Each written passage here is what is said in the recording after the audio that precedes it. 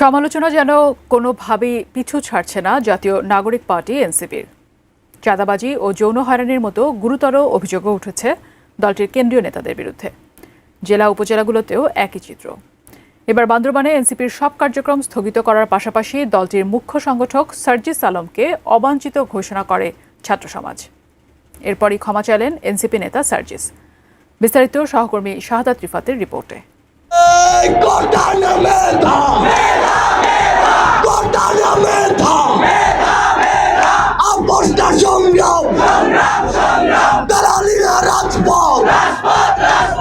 গণ অভ্যুত্থানের পর ছাত্র সমাজের নানা অনুষ্ঠানে বক্তব্য দিয়ে দেশজুড়ে আলোচনায় আসেন বৈষম্য বিরোধী ছাত্র আন্দোলনে নেতৃত্ব দেয়া সার্জিস আলম। শিক্ষার্থী থেকে হয়ে ওঠেন রাজনীতিবিদ ও সংগঠক। বর্তমানে জাতীয় নাগরিক পার্টির উত্তরাঞ্চলের মুখ্য সংগঠকের দায়িত্ব পালন করছেন তিনি।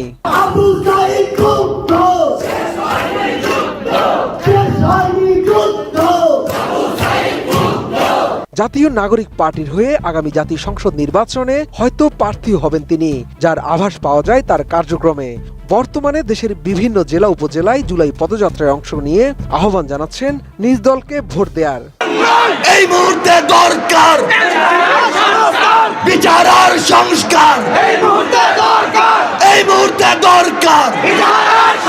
তবে জুলাই আন্দোলনের ছাত্র জনতার লক্ষ্য এবং উদ্দেশ্য থেকে দূরে সরে গেছে এনসিপি, এমন অভিযোগ উঠছে প্রতিনিয়তই। এর মধ্যে দলটির কিছু নেতার বিরুদ্ধে অর্থ কেলেঙ্কারি ও যৌনহয়রানির অভিযোগ উঠছে।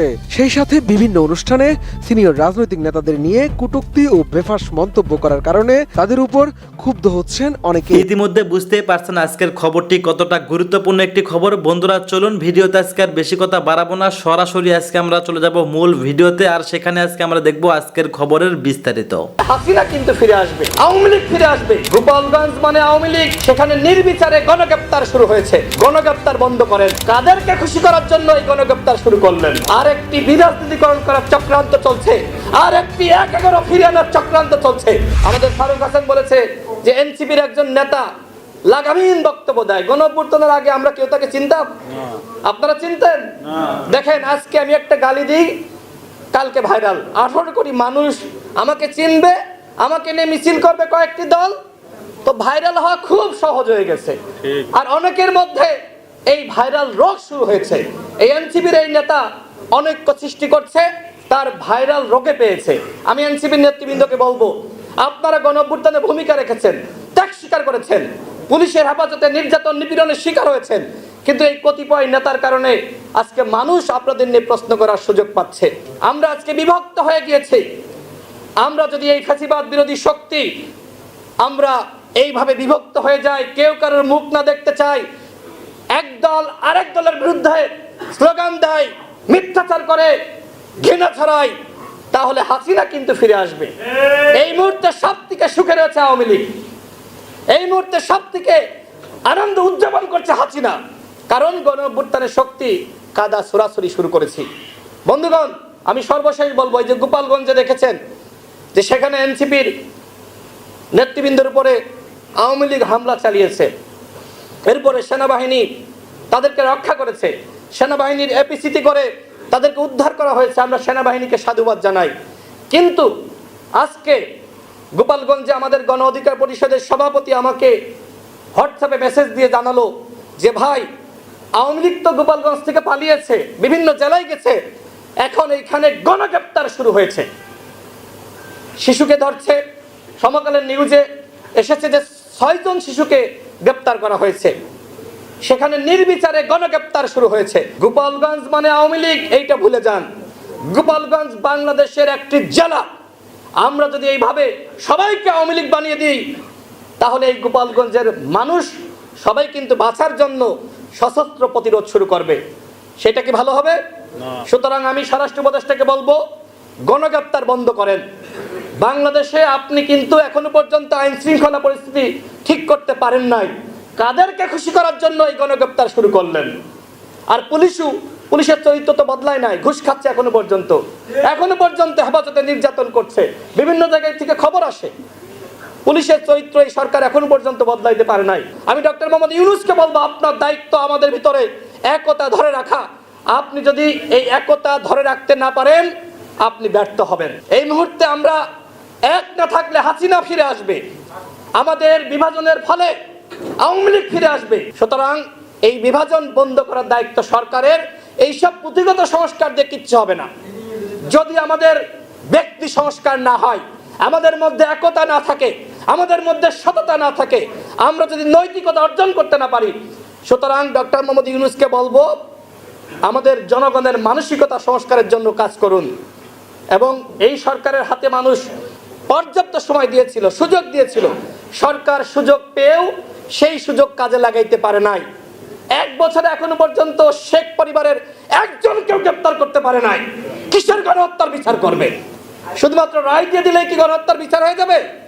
আজকে আবু হানিফ তার নির্যাতনের কথা এখানে তুলে ধরেছে, তাকে কিভাবে নির্যাতন করা হয়েছে, নুরুল আক্তারকে কিভাবে ঝুলিয়ে রিমান্ডে পিটিয়ে নির্যাতন করা হয়েছে, মঞ্জু ভাইকে কিভাবে নির্যাতন করা হয়েছে।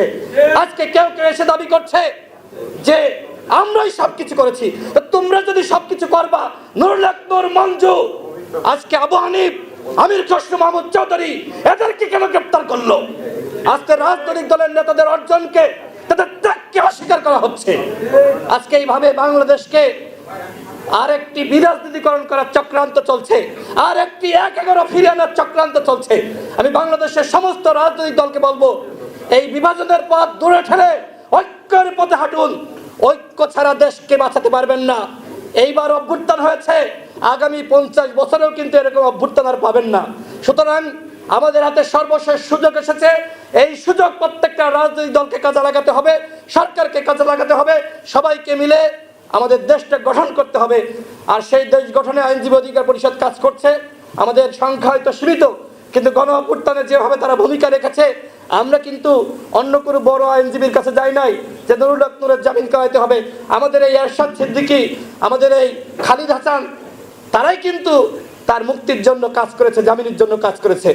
আজকে আইনজীবী অধিকার পরিষদকে ধন্যবাদ এরকম একটি চমৎকার প্রোগ্রাম আয়োজন করার জন্য।